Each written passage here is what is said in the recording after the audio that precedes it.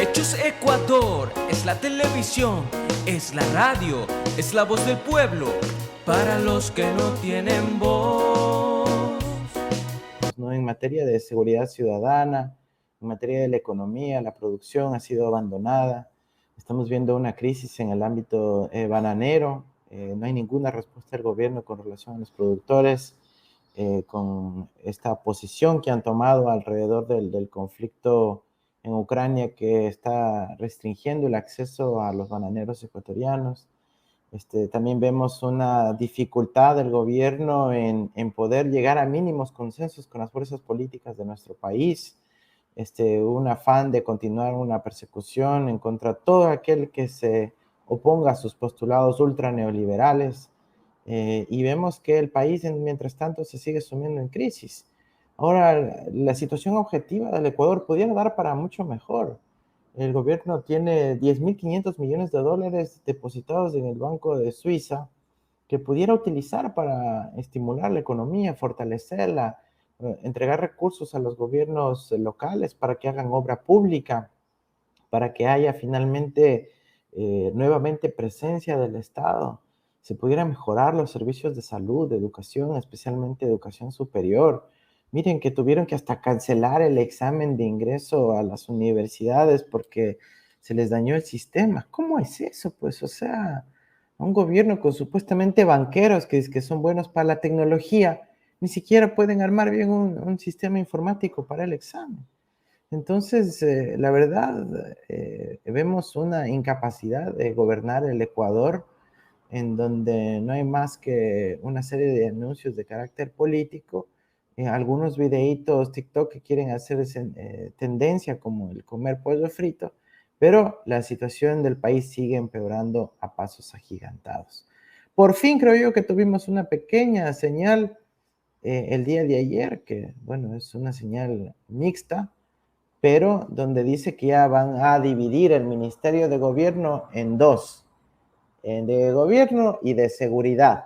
Está por fin, o sea, hicieron lo que hicimos nosotros hasta el 2017 y que le dio buenos resultados al Ecuador. Y por fin sale esa ministra, la ministra Vela, que en su carta de renuncia no usa la palabra seguridad ni seguridad ciudadana ni una sola vez. Ella solo estaba preocupada de la movida en la asamblea y todo eso, y dejó descuidada la seguridad del país. Qué bueno que se fue esa señora, y qué bueno que vuelve a recuperarse este Ministerio de Seguridad, o Ministerio del Interior parece que le van a llamar, para pues empezar a dar soluciones a la gente, ¿no? ¿Qué es lo que veníamos diciendo nosotros ya como 8 meses, pues, Toño? Que lo primero que hacer había que recuperar la institucionalidad de la seguridad. ¿Y por qué digo mensaje mixto? Porque ponen a un señor que es Patricio Carrillo, que es alfil, mano derecha en la policía de la señora María Paula Romo. Entonces eso significa que el señor se está arrimando por esos lados. Es decir, no encontró dentro de la policía actual, dentro de los funcionarios del Estado, alguna persona que le inspire confianza, sino que le ha llamado a la Romo a decir, ve, dime a alguien tuyo a ver a quién pongo. Entonces, que el presidente no tenga ni cuadros, ni ideas, ni sugerencias, y que tenga que pedirle a la señora Romo, estamos mal. Así que, por un lado, hay nueva institucionalidad, qué bueno que hay nuevo ministerio, ojalá que hayan técnicos que se puedan dedicar solo a eso, pero por otro lado, mal que pongan a una persona de Romo, que lo único que vendrá a hacer es a tratar de convertir un asunto clave como la cuestión de la seguridad ciudadana en una politización para tratar de otra vez hacer lo que han hecho los gobiernos de Moreno y Lazo, querer echarle la culpa a Correa cuando el problema es Lazo, porque Lazo es un fracaso. 8:26 en el Ecuador continental, 1 hora menos en la región insular. Estamos con el economista Andrés Arauz. Y hay un escrito, hace pocos días usted subió en sus redes, que quiero ahondar en el tema. Dice, ¿Lazo quiere gobernar sin la asamblea? Las y los ecuatorianos quieren ver resultados ya. Por el bien del país, debe dejar de culpar a otros y ponerse a trabajar como jefe de gobierno. ¿Qué podría hacer Lazo, estimado Andrés? Imagínate todo lo que pudiera hacer. Oye, Toño, ¿alguna vez nos hemos puesto a pensar que si nosotros ganábamos el proceso electoral, nos posesionábamos y nos íbamos a poner a quejar de la asamblea? ¿Cuándo? No, al revés. Imagínate, Correa gobernó entre el 2007 sin ni un diputado, acuérdate. El 2007, cuando ganó las elecciones, no tenía un diputado porque decidió lanzar la candidatura sin candidatos al Congreso, pues. Sin ni un diputado, mira lo que hizo. Constituyente, ley de justicia financiera, un montón de cosas ahí. Después del 2009 al 2013, gobernamos en minoría. No éramos la principal fuerza política. Digamos, éramos la principal, pero no teníamos mayoría por sí solos. Del 2009 al 2013. Y ustedes escucharon a Correa quejarse de la asamblea del 2009 al 2013. Jamás. Él solo gobernaba, tomaba decisiones y sabía actuar con respecto a la asamblea cuando tenía que hacer. Así que no es novedad eso para nosotros. Claro, del 2013 al 2017, con el apoyo abrumador del pueblo ecuatoriano, efectivamente sí hubo una asamblea mayoritaria, pero no es que no se puedan hacer cosas, ¿no? Primero, para hacer un comparativo histórico. Segundo, para poder hacer eso hay que tener apoyo del pueblo. Y cuando se tiene apoyo del pueblo, la asamblea solita se alinea, solita hace, porque dice, chuta, si tiene apoyo popular hay que más bien cumplir lo que está planteando la agenda del gobierno. Pero la agenda del gobierno de Lazo no es popular, pues. Es para un grupito de panas y amigos. Entonces ahí no le funciona nada, obviamente. ¿Por qué? Porque afortunadamente nuestra democracia ha llegado a un mínimo nivel de madurez en donde la gente ya pues tiene que rendir cuentas sobre las decisiones que toma. Entonces, ¿saben qué? Si Lazo sigue con su agenda privatizadora neoliberal que nosotros anunciamos desde un inicio que nos íbamos a oponer, pues obviamente que va a haber ese choque, ese conflicto entre las fuerzas parlamentarias, nuestro bloque en la Asamblea y este señor Lazo, ¿no? ¿Qué más? Pero ya a pesar de todo aquello, Toño, si Lazo quisiera hacer bien al Ecuador, no tiene de qué quejarse. Tiene petróleo por sobre los $100. Ya ni siquiera tiene que cubrir los subsidios a los combustibles porque ya subió los precios de la gasolina. Tiene un marco legal vigente, sólido, grande, que le permite hacer muchas cosas que dejamos en la Revolución Ciudadana. Tiene 20 y pico ministerios para expedir acuerdos ministeriales. Él puede emitir decretos ejecutivos en un montón de áreas para ir solventando los problemas de la patria. Tiene recursos, 10.500 millones de dólares en reserva, guardaditos en Suiza, que pudiera utilizarlos para dar soluciones al país. Tiene una generación de 10.000 ecuatorianos que han vuelto al Ecuador, otros tantos no han querido por la desastrosa situación de nuestro país, de talento humano preparado, formado en la Revolución Ciudadana, que pudiera aprovechar para hacer bien al Ecuador. ¿Pero qué hace? En vez de utilizar todas estas cosas buenas que le dejamos al país, él le llama a la señora Romo para poner a un perseguidor. Entonces, no está tomando decisiones correctas, no está administrando el Estado, no está dando soluciones a nivel de seguridad ni de salud.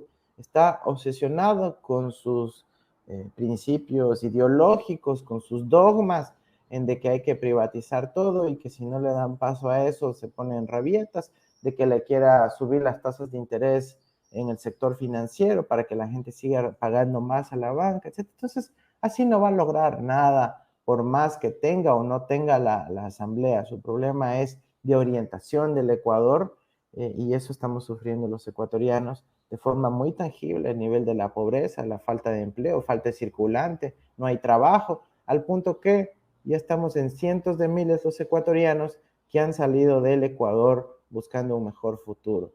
Toño, la indicación de lo que está pasando en el Ecuador es tan grave que hace pocos meses Guatemala, un país centroamericano, le puso visa a los ecuatorianos, que ya basta de ecuatorianos que están llegando a Guatemala. Guatemala nos puso visa, imagínate.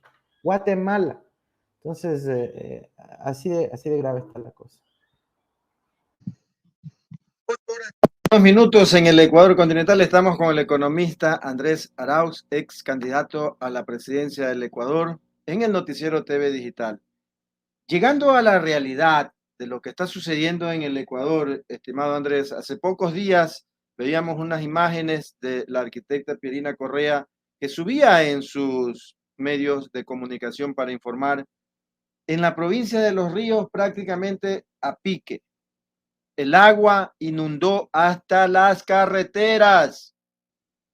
El agua prácticamente cubrió toda la cosecha de esos sectores bajos de la provincia de Los Ríos y ni qué decir del sector en la provincia del Guayas.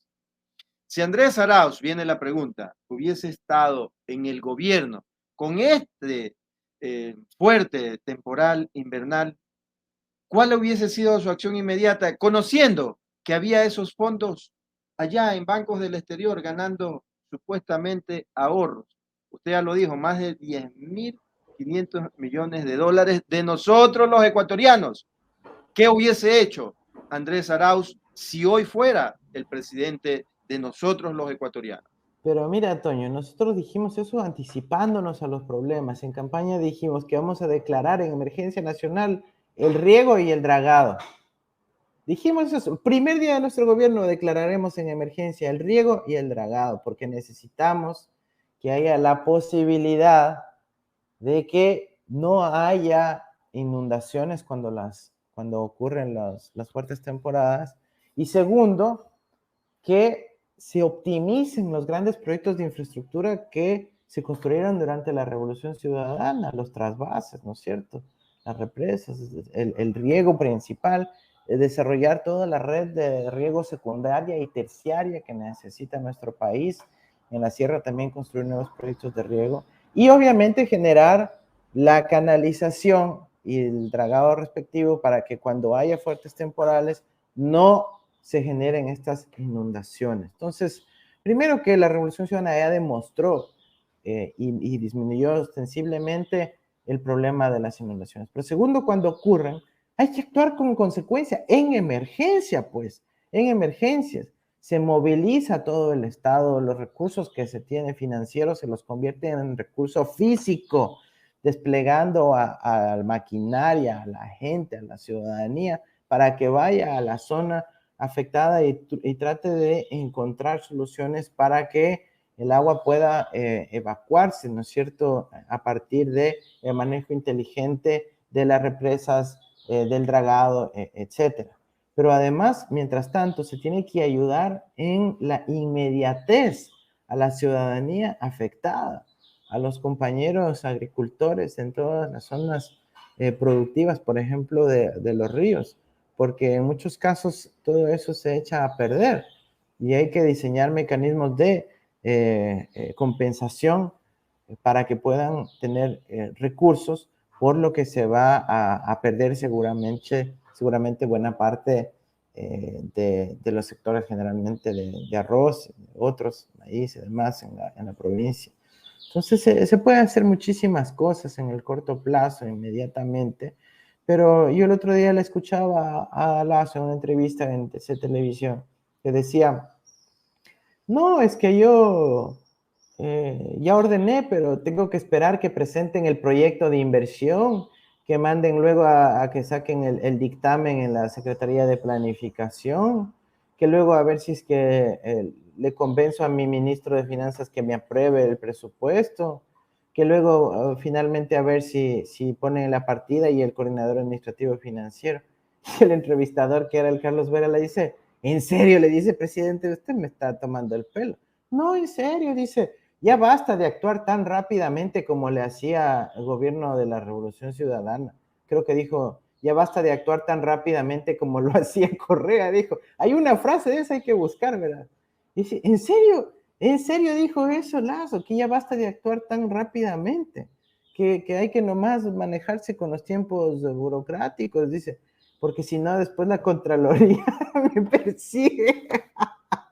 Eso dice Lazo, imagínate un presidente actuando así mediocremente, pero eso es lo que tenemos ahora. Entonces, claro, nada de eso ocurriría con nosotros. Nosotros venimos del proceso de la Revolución Ciudadana que hacía las cosas extraordinariamente bien, extraordinariamente rápido y estábamos acostumbrados a actuar de forma inmediata. De hecho, yo cuando fui secretario de Planificación cambiamos el procedimiento para emergencias para que la Secretaría de Riesgos pueda con su sola firma ordenar cualquier acción. Por ejemplo, ahora en Esmeraldas, ella no necesita permiso ni de finanzas, ni de desempleados, ni de nadie. Secretaría de Riesgos cuenta con un fondo de emergencia directamente disponible para ellos para poder intervenir. Entonces, eso es un ejemplo, ¿no? El terremoto o el temblor reciente en Esmeraldas, pero también las lluvias en donde los Hermanos de los Ríos. Estas imágenes que vemos, clientes y Andrés, son recientes de ayer. Ayer se dio este evento que nos enviaron los dirigentes del sector campesino, del sector Cascol de las Maravillas en la provincia del Guayas. Mira, niños, adultos, personas con discapacidades pasando tremendas necesidades. No puede ser. Y que no haya autoridad que les atienda. Definitivamente no es el Ecuador del encuentro, es el Ecuador del desencuentro, porque no podemos nosotros permitir esto que se esté dando en sectores. Mira tú esa imagen, Andrés y amigos televidentes. No puede ser, amigos y amigas televidentes. Tenemos que realizar causa común. Si están viendo en los sectores de la provincia del Guayas, acudan a ayudar a nuestros hermanos ecuatorianos. No nos queda otra que hacer la vaca nosotros mismos para ayudarnos entre nosotros. Eso es lo que nos ha traído a este Ecuador del encuentro, Andrés. Tu opinión, ¿qué te merece? ¿Y cuál sería la salida inmediata para superar estos inconvenientes emergentes? Tú ya lo has dicho, ya están escritas. Sí, bueno, es doloroso, ¿no? Ver y escuchar las imágenes de los hermanos y las hermanas en esa situación de vulnerabilidad, de las inundaciones, realmente triste. Bueno, ahorita lo que nosotros podemos hacer nosotros mismos es ayudarnos, como bien dices, Toño, ¿no? Poder movilizarnos para dotarles de algo de recursos, de ayuda, alimentación. Ojalá no hayan perdido sus viviendas tampoco, sino también proveerles un techo. Pero ahorita hay que acudir en su auxilio, ¿no? Pedirles a ellos mismos que nos definan cuáles son sus prioridades, qué es lo que más necesitan con urgencia ahora, y también para que puedan tener la tranquilidad de que si tienen deudas serán estas inmediatamente reprogramadas, reestructuradas, condonadas de ser el caso hacia adelante, buscar mecanismos de compensación y de ahí tratar de poner a los ingenieros a pensar en cómo evitar que esto vuelva a ocurrir más adelante. O sea, si nuestra tierra es bendecida y tenemos que someternos a las fuerzas de la naturaleza, pero también el estado de la ingeniería humana ya es avanzada y podemos diseñar, ¿no es cierto?, estructuras de canalización, de dragado, de etcétera, para que esto no ocurra nuevamente con esta magnitud. Y por cierto, está ocurriendo en una zona donde el apoyo a la Revolución Ciudadana ha sido masivo en las últimas elecciones. Yo quedo enormemente agradecido por esa enorme votación a favor de los compañeros y compañeras de la Revolución Ciudadana, yo incluido, y ojalá podamos tomar conciencia de eso. Así que vamos a comunicarnos también con nuestros compañeros asambleístas del Guaya, especialmente del Distrito 4, cantones, para que también interpelen al gobierno a que actúe pronto. 31 minutos en el Ecuador continental. Amigos, amigas televidentes, estamos en el desarrollo de la noticia de este noticiero TV Digital. Un saludo para Richard Macías, allá en la ciudad de Chone, quien hace posible que se sostengan estos medios de comunicación en la Alianza Nacional e Internacional de Guerreros Digitales. Muchísimas gracias, don Richard Macías, nuestro abrazo fraterno. Estamos aquí con el economista Andrés Arauz.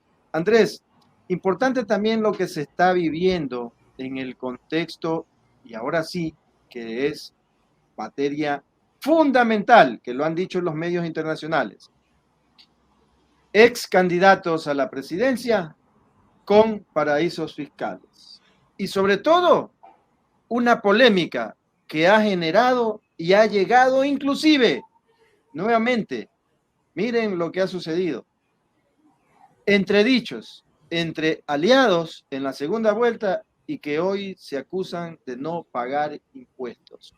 ¿Cuál es esa visión desde la parte profesional de un economista que ha estado investigando a través del Observatorio de la Dolarización escenarios que se denunciaron, se indicaron en su momento, pero que llegó una asamblea y dijo, no, pasemos, volteemos la página y sigamos el mismo juego que se ha planteado para seguir en esta situación como hoy se encuentra el país? No, pues ya vemos ahí, ¿no? Todos los aliados de Lazo se les van desmarcando uno por uno. Primero se peleó con los socialcristianos por no querer un pacto de gobernabilidad para el país que respetaba los derechos humanos, que ponía y anteponía la verdad como principio fundamental. No se logró. Y perdió a su principal aliado, el Partido Social Cristiano. ¿Y qué usó eso? Que tuvo que ir buscando ahí puchitos, pues. Si el bloque de Creo eran de 12 en la asamblea y querían armar un bloque más grande, tuvieron que ir, como decía Nebot, comprando diputados por todo lado. ¿Y cómo se compran los diputados? Me imagino que no será por el gran discurso del señor Lazo. Eso va comprando y adquiriendo diputados en función de entregar cargos en las provincias y todo eso, y eso es más o menos conocido. Ahora que el Lazo ve que no le votaron a favor de su ley, ahora sí se queja de ellos, ¿no? Tanto de Pachacuti como de Javier Herbas.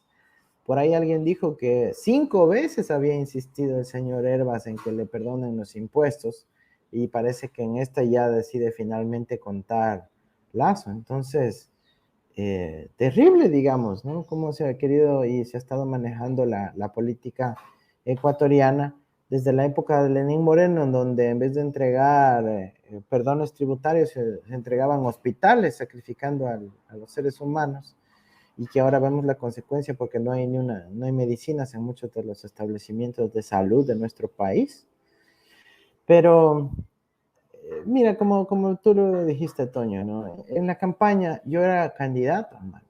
O sea, yo era el que estaba ahí recorriendo la patria, pasaba en reuniones 20 horas al día, dormía poquito, seguía, y no tenía el tiempo para yo hacer lo que ahora estoy haciendo, que es la investigación. Y claro, yo ahora me dedico unas cuantas horitas, me pongo a buscar la denuncia de Lazo sobre Herbas de que no paga impuestos, empiezo a analizar algunos datos, las cifras, información, documentos, y encuentro que no solo que paga menos de lo que debe pagar, sino que además ha sabido tener una empresa offshore en paraísos fiscales, en el exterior, en Panamá, que está prohibida por la ley de pacto ético y que no le hubiese permitido ser candidato a la presidencia. Entonces, uno se pone a pensar, ¿no? Y dice, chuta, o sea, todo lo que tuvimos que pasar para poder registrar esa candidatura. Nos habían quitado el partido, ¿no? Le pusimos de candidato a Rafael Correa a la vice. Hicieron la sentencia más rápida del planeta para sacarlo, diciendo que era influjo psíquico. Le sacan con eso un día antes de la inscripción de la candidatura. Después tuvimos que enfrentar unas 20 apelaciones, impugnaciones de todo tipo de trámites y trabas. Tuvimos que enfrentar al Ministerio de Salud de Moreno, porque mucha gente se olvida, Toño, que pusieron que los testigos de control electoral, nuestros fiscalizadores, tenían que tener prueba PCR para ir a hacer vigilancia electoral, acuérdate, para nuestros delegados. Y claro, eso era imposible, por suerte se eliminó eso un par de días. O sea, todo lo que tuvimos que pelear. Cuando estos manes, el que quedaron primero y cuarto y que luego se unieron en segunda vuelta, ni siquiera podían ser candidatos. Toño, nosotros podíamos haber ganado eso en primera vuelta, y no lo digo yo, lo dice Vilma Andrade, una persona clave en el Partido Izquierda Democrática, porque ella dice que nosotros no ganamos en primera porque Herbas nos quitó unos votos en primera vuelta, sobre todo de los jóvenes que obviamente iban a favorecer nuestra opción, pero él se los llevó en buena proporción en primera vuelta. O sea, solo con la mitad de votos de Herbas que él sacó en primera vuelta, nosotros hubiésemos ganado en primera vuelta, con más del 40%. Con la mitad de los que apoyaron a Herbas en primera. Entonces, ahí sí uno se pone a pensar lo diferente que hubiese sido la historia, ¿no? Pero además el propio Lasso no podía haber sido candidato, así que el panorama político del Ecuador hubiese cambiado totalmente, ¿no? Totalmente. Entonces, sí es interesante pensar y yo no tengo temor en decir que eso constituye en que fueron unas elecciones fraudulentas, porque participaron quienes no podían participar, violaron la ética, violaron la moral, pero en el caso del Ecuador también violaron la ley. Y eso tiene que tener algún tipo de consecuencia, porque si bien antes era secreto, ahora con Pandora Papers y con la revelación más reciente de Herbas, que la hice yo de la empresa offshore Agrigroup, ya no queda ninguna duda. 8 minutos, estamos en diálogo en el Noticiero TV Digital con el economista Andrés Arauz. Andrés, le quiero hacer una pregunta final, pero me confirma si está con tiempo para seguir. Vamos hasta las 9, Toño, que tengo luego un compromiso. Dejando de lado la política, dejando de lado la situación del Ecuador, Andrés también es humanista, también es ser humano, también es de carne y hueso.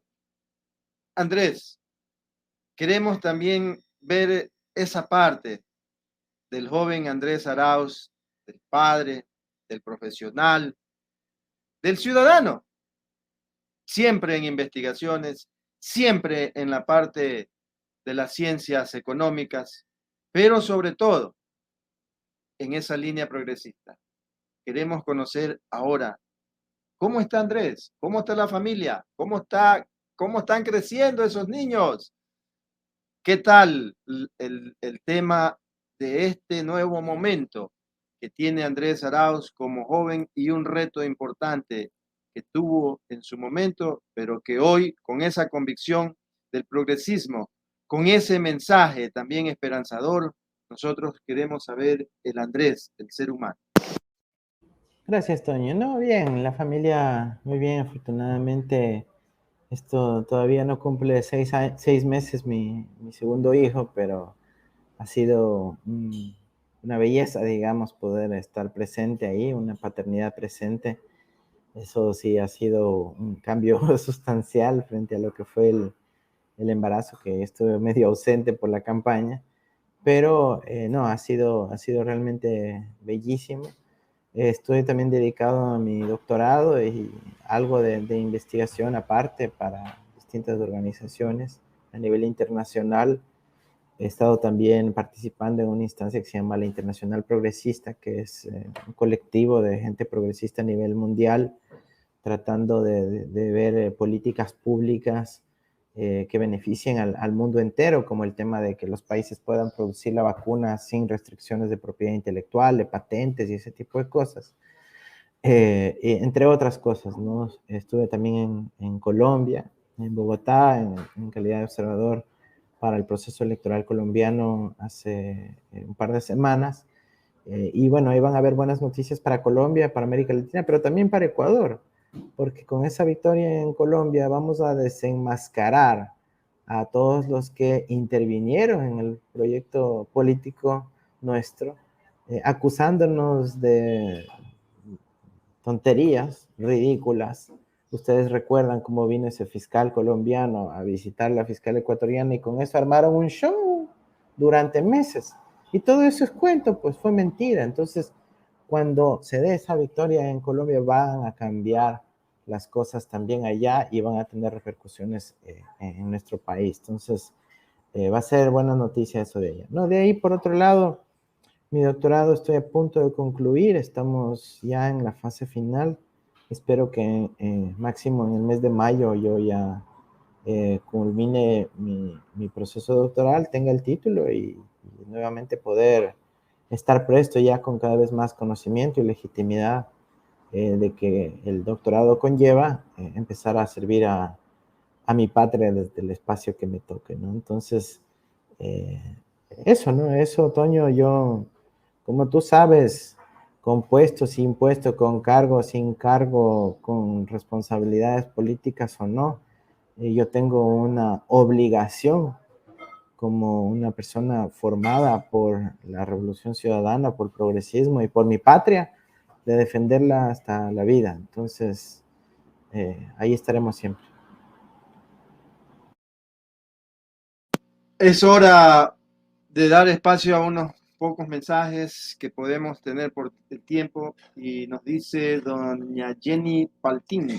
Saludos y bendiciones. Nancy Villalta nos dice: Andrés, por favor, los y las trabajadores estamos sufriendo de abuso laboral. Ya no tenemos afiliación laboral, tenemos 12 a 14 horas de trabajo y no tenemos horas extras. Y en los feriados, si faltamos, igual nos descuentan. Tenemos que trabajar en feriados y no nos pagan.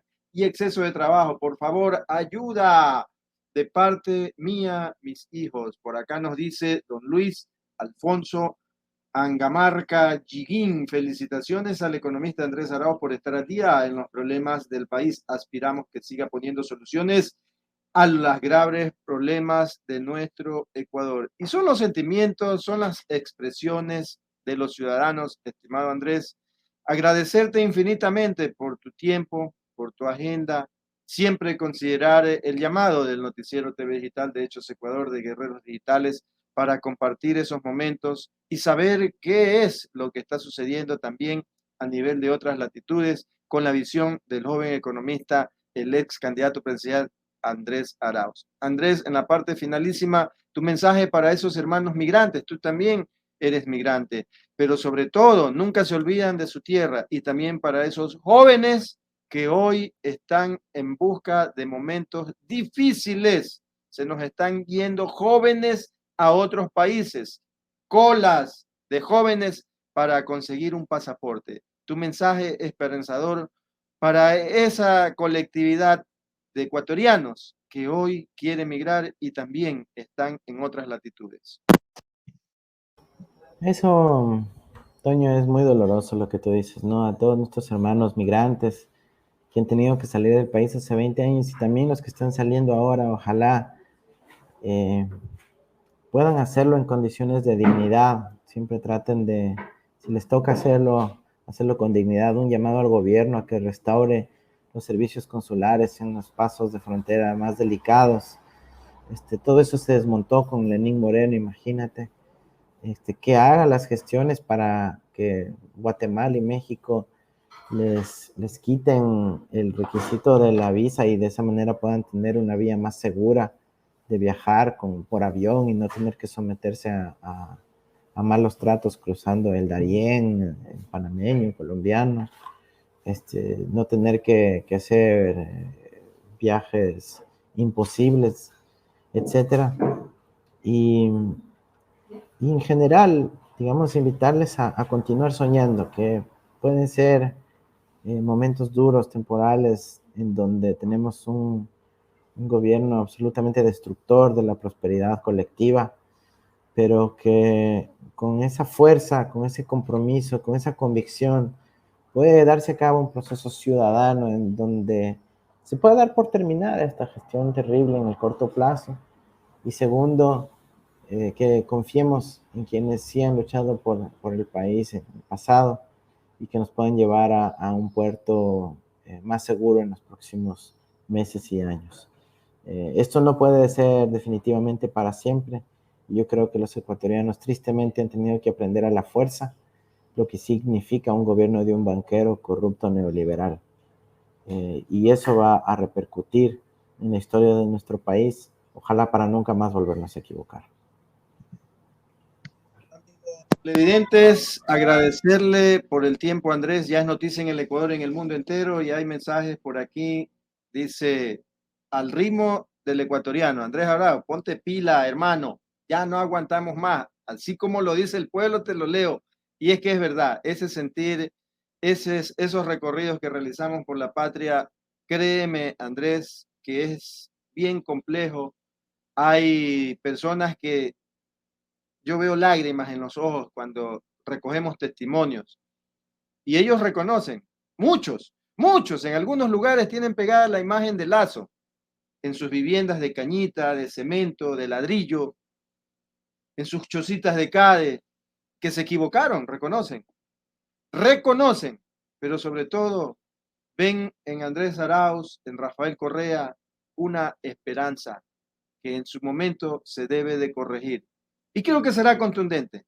Próximas elecciones serán contundentes, así como lo estamos nosotros viviendo, porque la mejor encuesta, Andrés, y a usted le consta, usted nos enseñó eso, es la que se vive en el pueblo caminando, quemando suela de zapato. Esa es la mejor encuesta, pero sobre todo la esperanzadora vida que nosotros como ciudadanos podemos tener es cuando un pueblo se una organizadamente y recupere el Estado de Derecho. Andrés Arauz, ya es noticia en el Ecuador, en el mundo entero. Muchísimas gracias por su tiempo, Andrés. Le dejo para su saludo final, despedida, y que nos despida este noticiero. Bendiciones, estimado Andrés, para usted y su familia, todos los compañeros que están allá en México, también si los ve, denle nuestro abrazo. Aquí estamos nosotros como medio de comunicación siempre listos para ir en la búsqueda de la información, lado A, lado B, que el pueblo genere sus propias conclusiones a través del poder de la comunicación digital. Andrés Arauz, muchísimas gracias, bendiciones. Muchísimas gracias, Toño. Gracias a todos los ecuatorianos y ecuatorianas que nos han visto hoy. Como estamos por concluido el noticiero y seguiremos ahí en la lucha. Así que atenti a todo lo que se viene para nuestro país. Un abrazo, lindo Ecuador, y un abrazo a todos los hermanos y hermanas ecuatorianos en todas las partes del mundo. Gracias. Gracias, amigos televidentes. Con nosotros será hasta que en otro momento la noticia lo amerite. Buenos días, buenas tardes, buenas noches y saludos allá en Guadalajara. Nos sintoniza Darlene Zumba. Un abrazo allá en México. También desde España, Martita Salazar, nuestra guerrera digital en Valencia, ella en sus labores cotidianas. Muchísimas gracias. Bendiciones. Buenos días, buenas tardes, buenas noches. Hechos Ecuador es la televisión, es la radio, es la voz del pueblo, para los que no tienen voz.